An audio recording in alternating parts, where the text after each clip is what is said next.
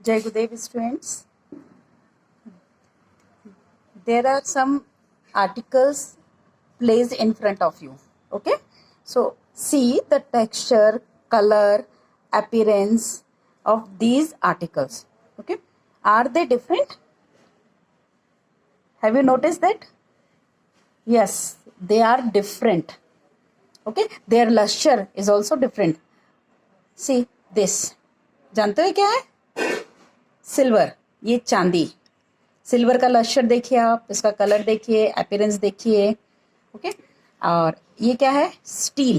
Okay. सब जानते हैं ना स्टील. This is steel. ये क्या है? ये ब्रास, पीतल. Okay. Copper is different, brass is different. This is alloy. Later we will discuss about the alloy. Okay. ये brass, steel, silver and this is gold. okay, so gold का आप ये देखिए, gold का appearance, उसकी चमक. ठीक है. so this is gold. clear? so all these articles are made up by some elements. okay, these elements metals or non-metals. so elements are classified as metals and non-metals. okay, later we will discuss about metalloid also, but in beginning we already learn about the metals and non-metals. so clearly seen these. this is gold. gold का आप appearance देखिए, चांदी का देखिए, सब अलग अलग हैं. तो ये क्यों अलग हैं? क्योंकि ये डिफरेंट टाइप के पार्टिकल्स से बने हुए हैं.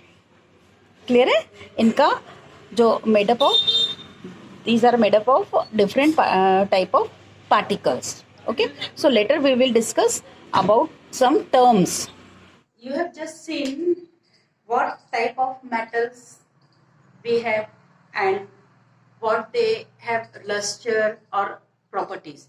so on the basis of properties, elements can be classified in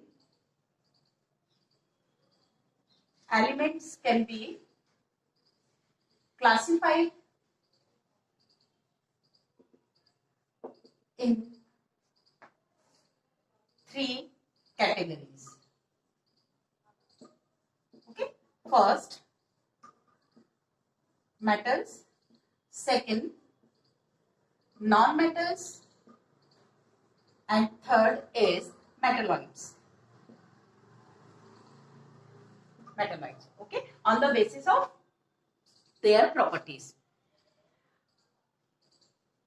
in your syllabus, the detailed study of metal and non-metal is included. First we will discuss some terms. हम metal और non metal की detail में बाद में जाएंगे. पहले हम कुछ टर्म्स को सीख लेते हैं, कुछ टर्म्स समझते हैं. क्लियर है? तो ये टर्म्स क्या हैं ये देखना है हमें. First elements. ओके, ये एलिमेंट्स क्या हैं? Elements are pure substances. Okay, ये प्योर सब्सटेंस है, बल्कि हम ये कहें वो सब्सटेंस है एलिमेंट जो कि बहुत छोटे छोटे आइडेंटिकल या सिमिलर पार्टिकल से बना होता है. ठीक है. तो elements are pure substances and they made up by a single type of particles. These particles are called atoms. ठीक है. तो एलिमेंट्स वो सब्सटेंस होते हैं जो प्योर होते हैं और उनके अपना जो बना वो उनमें वो छोटे छोटे पार्टिकल से मिलके बने होते हैं. और वो जो पार्टिकल्स हैं वो सारे के सारे सिमिलर होते हैं, सेम टाइप ऑफ पार्टिकल से, आइडेंटिकल पार्टिकल से ये बने होते हैं. For example this is sodium, oxygen, hydrogen. All these are the symbol of elements. Okay, इनके नाम भी लिख देती हूँ मैं. सोडियम आपने सुना होगा, मैग्नीशियम, ऑक्सीजन,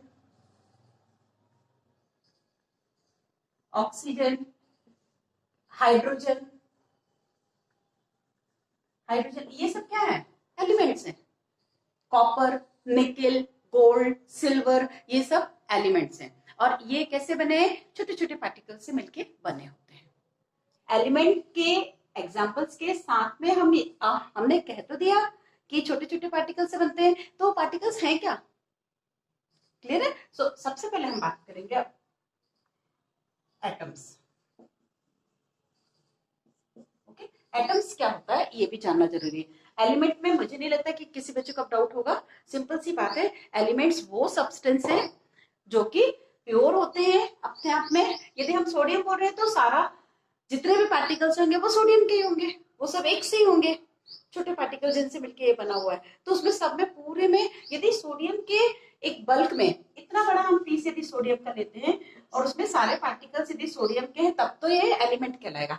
अदरवाइज उसमें यदि कुछ और दूसरा एलिमेंट आ जाता है तो फिर हम इसको एलिमेंट नहीं कहेंगे, ठीक है? कंबाइंड फॉर्म ऑफ एलिमेंट कहलाएगा। क्लियर है? तो ये एलिमेंट्स की बात थी, प्योर होते हैं ये एटम्स। एटम्स क्या है? Atoms combine together and form element. इसका मतलब हम जो कह रहे थे एलिमेंट के जो छोटे छोटे पार्टिकल्स हैं वो क्या है? वो एटम है। तो एटम्स के कंबाइन होने से एलिमेंट बन रहा है, ठीक है? तो smallest part of the smallest part of the element is atom. Okay, ये तो कंफर्म है कि सबसे छोटा पार्ट जो है वो एटम है, ठीक है? इट कैन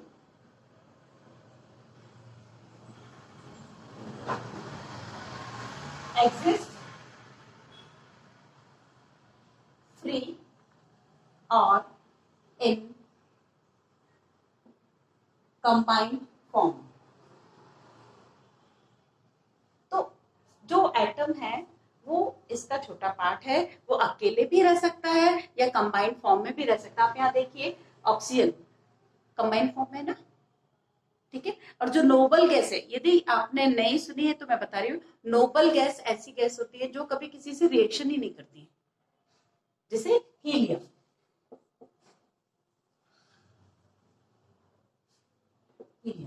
ओके, तो ये गैसेस कैसी हैं जो कभी रिएक्शन ही नहीं करती है, ठीक है? तो ये या तो अकेले फ्री रह सकते हैं इनके एटम या फिर किसी से कंबाइंड होके भी रह सकते हैं। क्लियर है? तो ये हो गया एटम।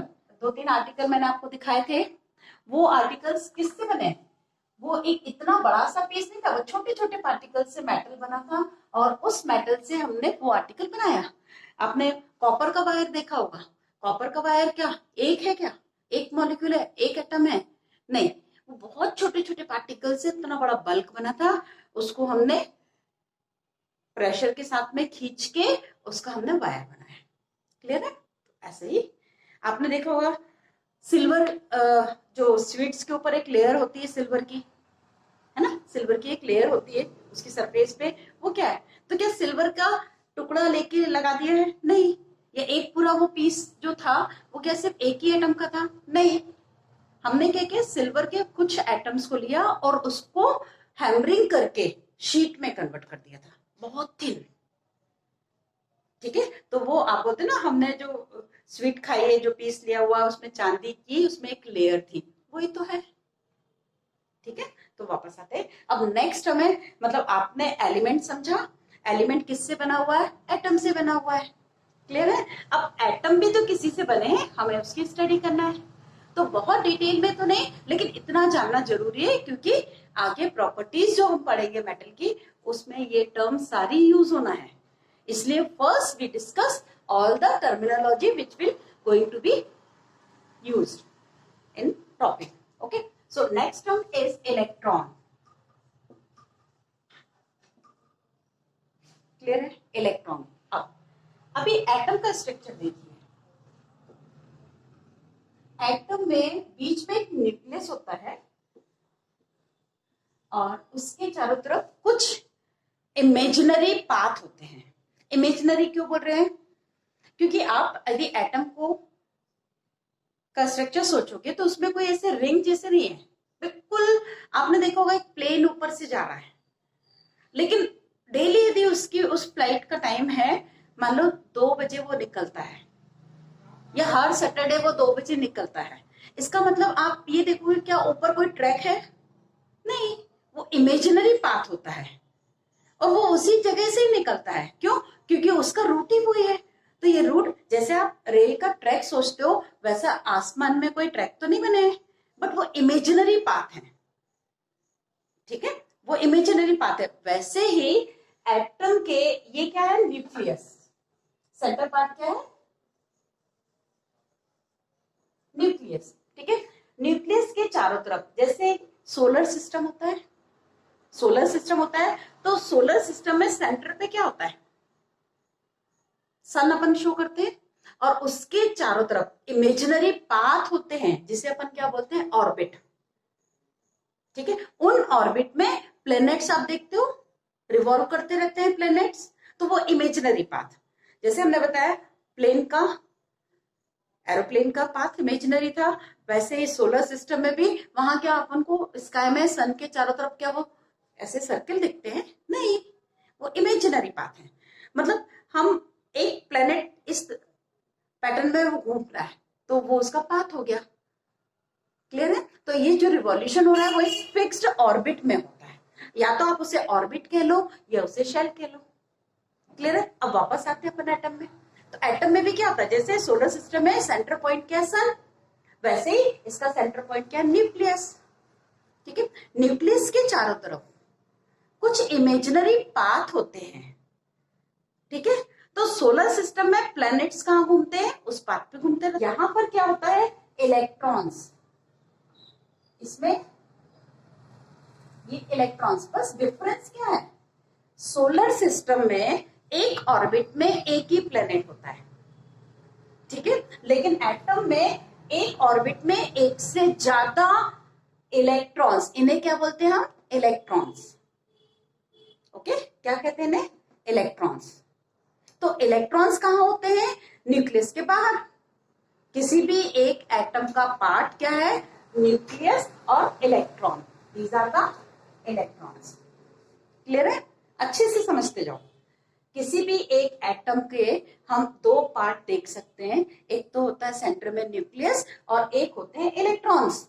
ये इलेक्ट्रॉन्स न्यूक्लियस के सराउंडिंग में रिवॉल्व करते रहते हैं, पूरे टाइम घूमते रहते हैं। ठीक है, क्लियर? और खास बात, ये इलेक्ट्रॉन्स क्या होते हैं? नेगेटिवली चार्ज्ड होते हैं। ये इलेक्ट्रॉन्स नेगेटिवली चार्ज्ड होते हैं। ठीक है, जो एटम्स होते हैं, एटम होता है न्यूट्रल। बहुत अच्छे से, बहुत छोटी छोटी बातें और बहुत सिंपल सी बातें। ठीक है, जो एटम होते हैं वो न्यूट्रल होते हैं। एटम के अंदर यदि इलेक्ट्रॉन नेगेटिवली चार्ज्ड है, कोई भी एक सब्सटेंस न्यूट्रल कब होगा? जब उसके पास जितने पॉजिटिव होंगे उतने ही नेगेटिव होंगे, या जितने नेगेटिव होंगे उतने ही उसके पास पॉजिटिव होंगे, तब तो वो न्यूट्रल होगा। तो सिंपल सी बात है, यदि हमने ये पता कर लिया कि इलेक्ट्रॉन नेगेटिव चार्ज होते हैं और वो एटम का पार्ट है, इसका मतलब वहां पर कोई तो भी ऐसे पार्टिकल्स भी हैं जो पॉजिटिव होंगे, तब तो पॉजिटिव और नेगेटिव ने चार्ज एक दूसरे का कैंसिल किया और एटम न्यूट्रल बन गया। सिंपल सी बात है। क्लियर है? तो यहां पर क्या हो रहा है? इसके पास, एटम के पास में न्यूक्लियस में कुछ पॉजिटिव चार्ज के पार्टिकल्स होते हैं। तो आप ये समझ लीजिए कि ये पॉजिटिव है और चारों तरफ नेगेटिव चार्ज के पार्टिकल्स रिवॉल्व कर रहे हैं। उन पार्टिकल्स को हम क्या कह रहे हैं? इलेक्ट्रॉन्स कह रहे हैं। Got it? और न्यूक्लियस कैसा है? न्यूक्लियस पॉजिटिव है। अब साथ साथ में बोल नहीं पा रहे हैं ना अपन, ठीक है, कोई बात नहीं, आप लिख के बताओगे टेस्ट में जब मैं पूछूंगी। क्लियर? नेक्स्ट है आयन। आयन, आयन क्या होते हैं, ये कैसे बनते हैं, हमें ये देखना है। ठीक है, व्हेन एनी एलिमेंट, एलिमेंट किससे बने हैं? एटम से। एटम कैसा है? न्यूट्रल है। क्लियर? सो यदि किसी एलिमेंट में, ये हमने एक जनरल सिंबल लिया हुआ है, ठीक है, इफ एनी एलिमेंट, एलिमेंट मतलब उसका एटम, क्लियर है, उसका एटम, किसी भी एटम में यदि आप इलेक्ट्रॉन को हम ऐसे रिप्रेजेंट करेंगे, ठीक है, कंफ्यूज बिल्कुल भी नहीं होगे, ये इलेक्ट्रॉन का सिंबल है, इलेक्ट्रॉन और ये एटम, क्लियर। किसी भी एक एटम में यदि हमने इलेक्ट्रॉन ऐड कराया, ये तो न्यूट्रल था, किसी भी एक न्यूट्रल सब्सटेंस में आप नेगेटिव ऐड करा रहे हो तो रिजल्ट आपको क्या मिलेगा? नेगेटिव। नेगेटिव मिलेगा ना। इसका मतलब ये हुआ कि ये जो मेटल का एटम था, ये एटम इलेक्ट्रॉन गेन करके नेगेटिव आयन बन गया। ये क्या है? आयन है। इसका मतलब है आयन हमारे पास दो तरह के होंगे। First, two type of ions.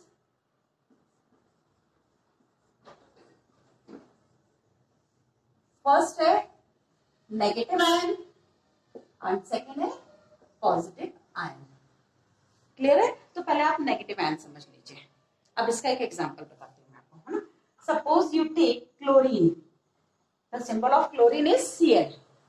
When we provide one electron to chlorine atom, this is atom, किसका? क्लोरीन का। Okay? When one electron is added to chlorine atom, so it acquires one negative charge. एक electron गया तो एक negative हो गया, तो ये क्या हो जाएगा? Chlorine ion. This is chlorine ion. Clear है? Next, if you will add two electrons, so it acquires two negative. For example, oxygen. This is oxygen atom. Okay. Suppose you provide two electrons to oxygen atom, so it becomes two negative ion. Clear है? ये ion बन गया। ये इसका नाम है oxide, oxygen, oxygen ion, oxygen ion. ठीक है। फिर से आयंस टू टाइप्स के होते हैं, एक नेगेटिव और एक positive. How they form? First we are going to form negative ion. Okay. When any neutral atom gains electron, so it acquires negative charge, और negative charge species is called ions. Clear है? Second type, positive ion. How they form? Positive ions कैसे बनेंगे? अभी हमने discuss किया था कि atom neutral क्यों है, क्योंकि उसपे पॉजिटिव और नेगेटिव सेम नंबर में है। सेम नंबर में तब तो वो न्यूट्रल है। यदि हम किसी न्यूट्रल में से, suppose we take sodium, okay, ये एटम न्यूट्रल एटम, ठीक है, न्यूट्रल एटम है। If we remove a electron, यदि हम इलेक्ट्रॉन ऐड करते हैं तो प्लस लिखते हैं, और यदि रिमूव करेंगे तो माइनस। या तो आप ऐसा लिख दीजिए, this shows the removal of one electron, removal of one electron. Okay, this shows the removal of one electron. So it acquires one plus charge. Simple. क्यों? क्योंकि उसमें से एक नेगेटिव निकाल दिया, तो एक प्लस एक्सेस में आ गया ना, तो ये क्या हो जाएगा? सोडियम का पॉजिटिव आयन। ये क्या हो जाएगा? Sodium ion. क्लियर है? ये क्या हो जाएगा? Sodium ion. Suppose you retrieve two electrons from magnesium. If you remove two electrons from magnesium, minus shows the loss of electron और रिमूवल ऑफ इलेक्ट्रॉन। ठीक है। और ये माइनस क्या है, कंफ्यूज नहीं हो गए, ये जो माइनस साइन है ये इलेक्ट्रॉन के चार्ज को शो कर रहा है। आपको जिससे याद रहेगा कि इलेक्ट्रॉन, आप जब भी इलेक्ट्रॉन लिखो आप इस तरह से लिखो तो आपको पता रहेगा कि ये नेगेटिव चार्ज इस इलेक्ट्रॉन का शो हो रहा है। क्लियर है? वापस आओ। So it acquires Mg2+, magnesium का 2+ आयन बनेगा। ठीक है, तो इस तरह से हमने क्या देखा, आयंस क्या होते हैं, ये कैसे बनते हैं। ठीक है, ऑर्बिट्स, तो ऑर्बिट या शेल में किसे कहेंगे? ठीक है, so imaginary path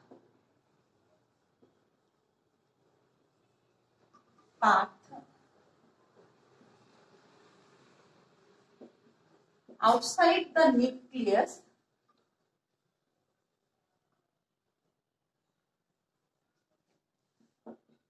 in an atom is called orbits, orbits or shells.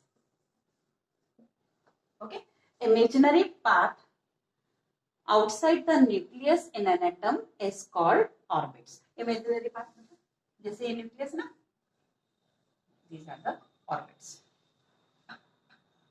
these are the orbits, ये हुई, ये सब क्या है, orbits है, in which electrons are continuously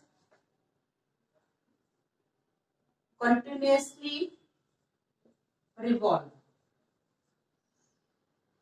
continuously revolve, पूरे टाइम वो इलेक्ट्रॉन्स इस पे घूमते रहते हैं इस तरह से। ठीक है, ये इलेक्ट्रॉन्स यहाँ पूरे टाइम मूव करते घूमते रहते हैं, तो ये क्या है, ऑर्बिट या शेल। अब मैं जो टर्म बताने जा रही हूँ वो वैलेंस शेल, ये टर्म आपकी बुक में है, ओल्ड बुक पे तो है। Okay, valence shell simple, outer most, सबसे लास्ट वाली, सबसे बाहर वाली शेल को ही तो वैलेंस शेल कहोगे, बस इतनी सी बात है। ठीक है, outer most shell is called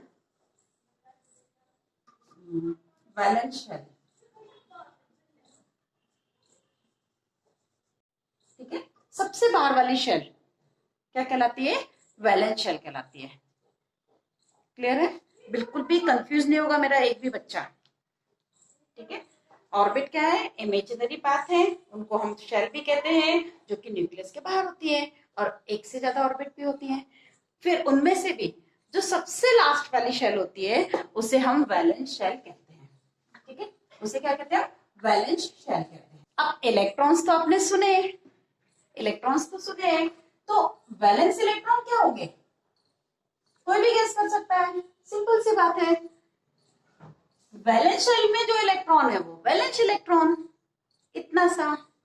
so what is valence electrons? Okay, electrons present, electrons present in outermost shell or, clear, valence shell is known as valence electrons. जो भी शेल्स थी उनमें सबसे बड़ी वाली शेल को हम वैलेंस शेल कह रहे हैं, और जो इलेक्ट्रॉन वैलेंस शेल में होते हैं उन्हें वैलेंस इलेक्ट्रॉन कहते हैं।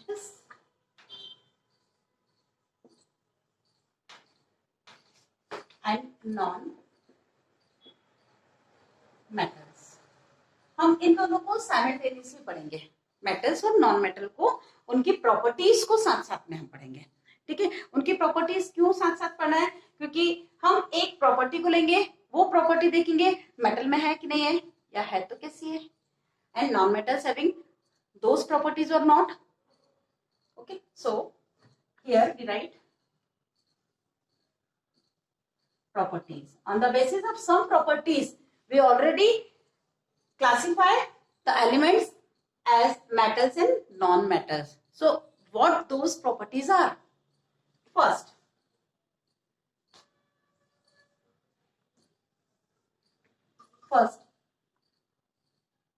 physical state. Physical states. Okay. You all know about the physical states. Okay, at room temperature or normal conditions in our surrounding, we found only 3 physical states. What they are? These are solid, liquid and gas. Okay, solid, liquid and gas. आपको solid दिखता है, solid. Gas, air and liquid, पानी, चाय, ये सब क्या है, liquids. Juices, ये सब क्या है, लिक्विड्स हैं. Okay, so solid, liquid, gas आप बहुत अच्छे से फेमिलियर हो उनसे. They are generally found in solid states. Okay, but mercury, gallium and cesium,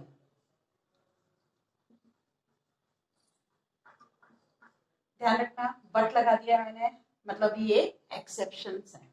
okay, but mercury, gallium and cesium are exist in liquid state. Mercury, gallium and cesium are exist in liquid state at normal condition. ठीक है, वैसे तो आप ये कहोगे कि हम sodium को भी मेल्ट कर सकते हैं, आयरन को भी मेल्ट कर सकते हैं, लेकिन वो कब, हायर टेम्परेचर पे. लेकिन हम तो नॉर्मल कंडीशन की बात कर रहे हैं. तो all these studies are at normal conditions. Clear? So here non-metals, they exist in all the 3 states. Okay, most are present in solid and gaseous state. उनमें से भी ज्यादातर क्या होते हैं, सॉलिड या गैसियस स्टेट में मिलते हैं. ठीक है, सॉलिड स्टेट, गैसियस स्टेट में आपने देखो नाइट्रोजन, ऑक्सीजन, क्लोरीन, ये सब क्या है, नॉन मेटल्स हैं और ये गैसियस स्टेट में मिलते हैं. सॉलिड में क्या है, सल्फर है, फास्फोरस, कार्बन, ये सब क्या है, सॉलिड स्टेट में मिलते हैं. But only bromine, BRO, bromine is exist in liquid state.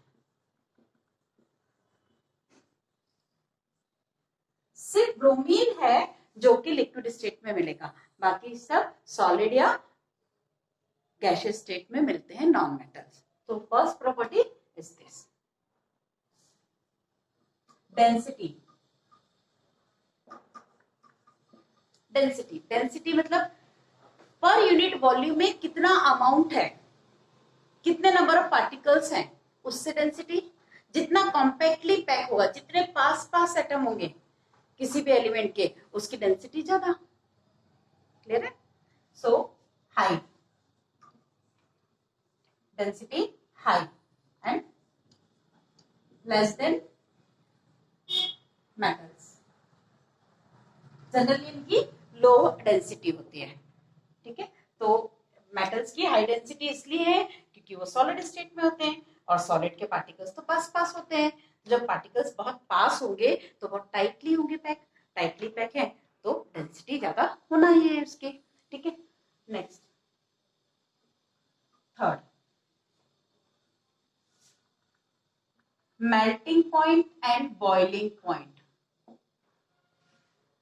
In previous classes you studied that what is melting point. Melting point and उसका name suggests that melting, पिघलना, solid से liquid में convert होना, this is called melting.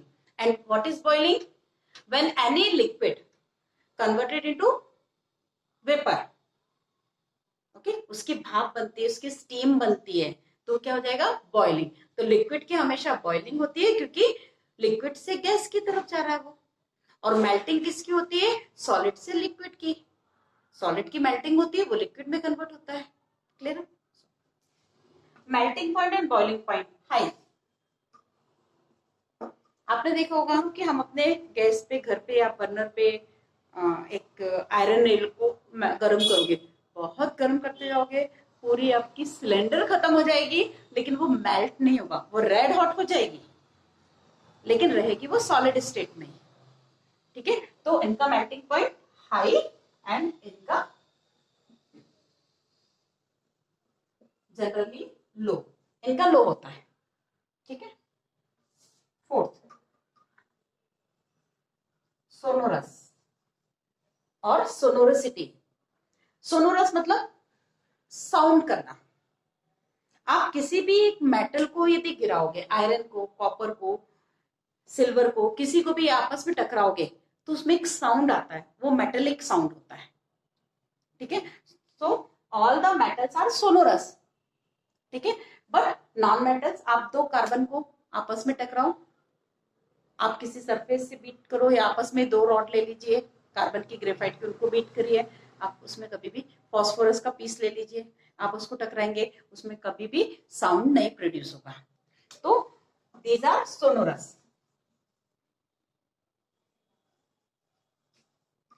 ये non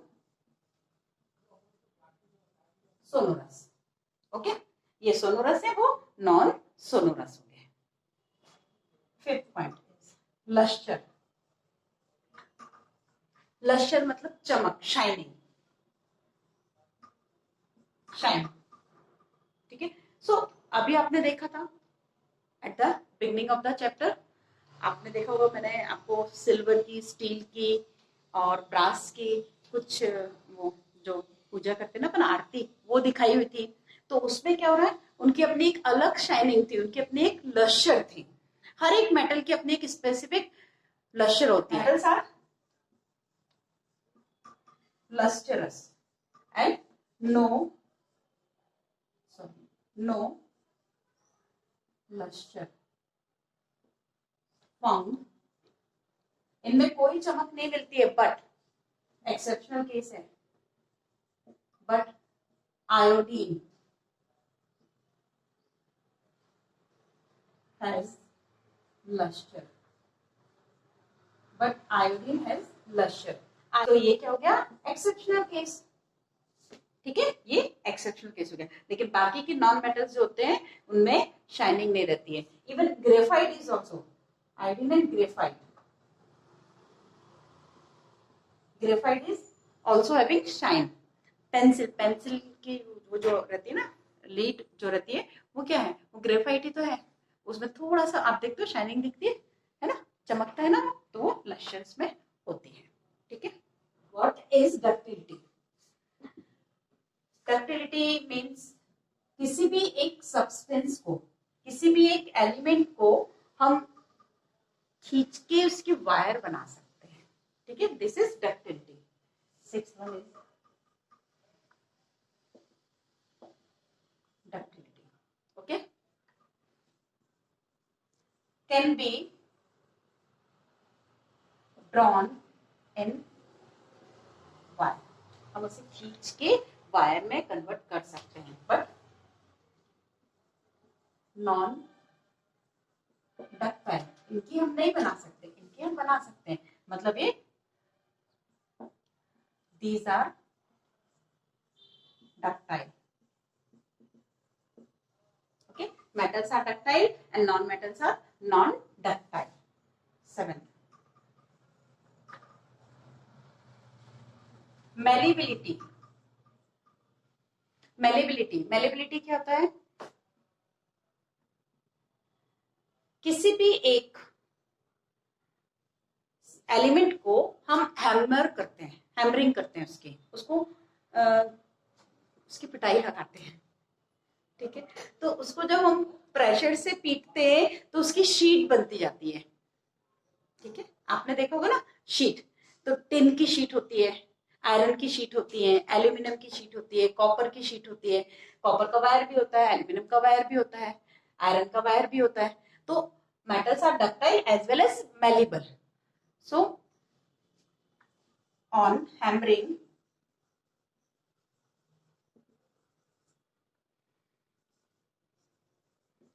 metals are converted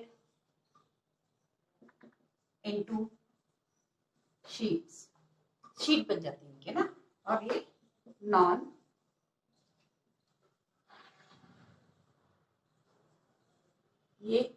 मैलिबल है। ये मैलिबल नहीं होते हैं और ये मैलिबल होते हैं, ठीक है। तो इनकी शीट नहीं बना सकते हैं। आप ऑक्सीजन की शीट बना के देखो, नाइट्रोजन की बना लो, ठीक है। तो ये शीट नहीं बनती इनकी, और इनकी sheet formation of, this is eighth property, okay, eighth property, formation of ions। Next property is formation of ions. So they form positive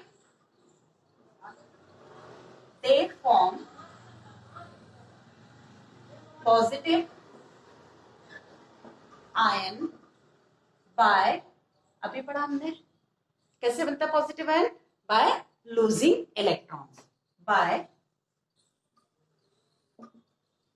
losing electrons, ठीक है। मेटल है,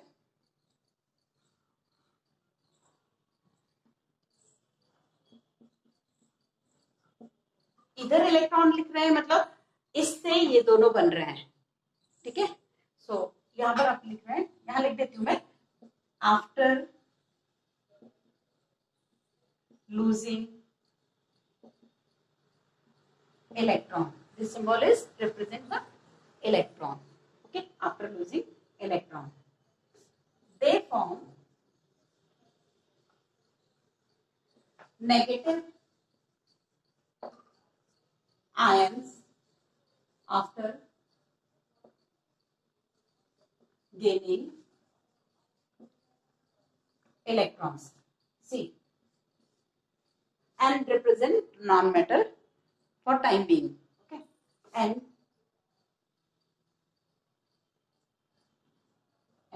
minus, okay, after gaining electron. So simple, metals form positive ions, कैसे, electron release करके, और ये कैसे बना रहे हैं नेगेटिव आयन, क्योंकि ये इलेक्ट्रॉन गेन करते हैं, और इलेक्ट्रॉन चूंकि नेगेटिवली चार्ज है, तो कोई एक नेगेटिव चार्ज स्पीशीज यदि आ रही है तो डेफिनेटली वो भी नेगेटिव बन जाएगा, क्योंकि वो पहले न्यूट्रल था, आपने उसमें नेगेटिव ऐड कर दिया तो उसे नेगेटिव तो बनना ही था। Corrosion, okay, corrosion. Corrosion is the phenomena when the surface of any substance means metal, when surface of metal react with environment, okay, environment में किससे react करेगी, environment में क्या है, air है, ऑक्सीजन है, कार्बन डाइऑक्साइड है, ठीक है, उसमें मॉइस्चर भी है, तो इन सब से रिएक्शन करके उनकी सरफेस, उस मेटल की सरफेस पर कुछ एक कंपाउंड फॉर्म हो जाते हैं, कुछ और एक फॉर्म हो जाता है, जैसे कि रस्टिंग, आयरन में रस्टिंग हो जाती है ना, जंग लग जाती है, तो उस फिनोमिना को अपन कोरोजन कहते हैं। क्या कहते हैं, कोरोजन, ठीक है। तो उसकी सरफेस वो खराब हो गई, अब ऊपर की जो लेयर होती है मेटल की वो कोरोड हो जाती है, ठीक है। तो what about corrosion, metals corrode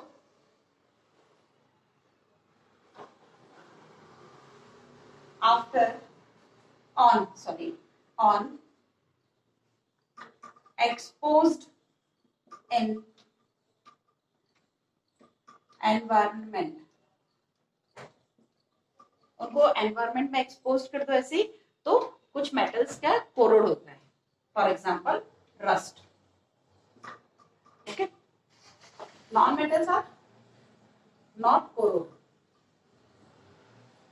ये कोरोड नहीं होते हैं नॉन मेटल्स, ठीक है। So all these properties of metals and non metals, clear है। तो एलिमेंट की इन दोनों डिफरेंट प्रॉपर्टीज के कारण ही हमने उसको क्लासिफाई कर दिया, ठीक है। जिन्होंने ये प्रॉपर्टी दिखाई तो उनको हमने मेटल की कैटेगरी में रख दिया, जिन्होंने ये वाली प्रॉपर्टीज दिखाई उनको हमने नॉन मेटल की कैटेगरी में रख दिया। तो इस तरह से एलिमेंट्स को हमने बाइफरकेट कर दिया, ठीक है। If you remember one word is also written by me, that is metalloids, clear है, मेटेलॉइड। सो मेटेलॉइड्स आर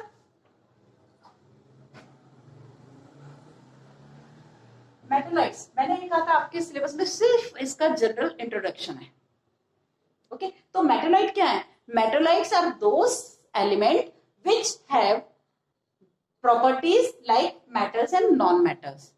ये ऐसे एलिमेंट होते हैं जो दोनों की प्रॉपर्टी दिखाते हैं थोड़ी थोड़ी, ठीक है। तो वो कहलाते हैं मेटेलॉइड्स। जैसे सिलिकन, सिलिकन सिलिकन मेटल की भी प्रॉपर्टी दिखाता है, मेटेलॉइड की भी प्रॉपर्टी दिखाता है। Arsenic, arsenic is represented as silicon Si, ठीक है। तो ये कुछ एलिमेंट और हैं ऐसे जो कि मेटल के जैसे भी एक्ट करते हैं, नॉन मेटल के जैसे भी एक्ट करते हैं, तो उनको अपन ने क्या किया, मेटेलॉइड कह दिया, ठीक है। बस इसमें आपको इतना ही पढ़ना है कि मेटेलॉइड्स क्या होते हैं, और डिटेल में जाने की जरूरत नहीं, आपके लिए डिटेल में पढ़ने के लिए है ना मेटल और नॉन मेटल, क्लियर है। So revise all the differences between metals and non metals. Now examples, okay, these are the criteria which we use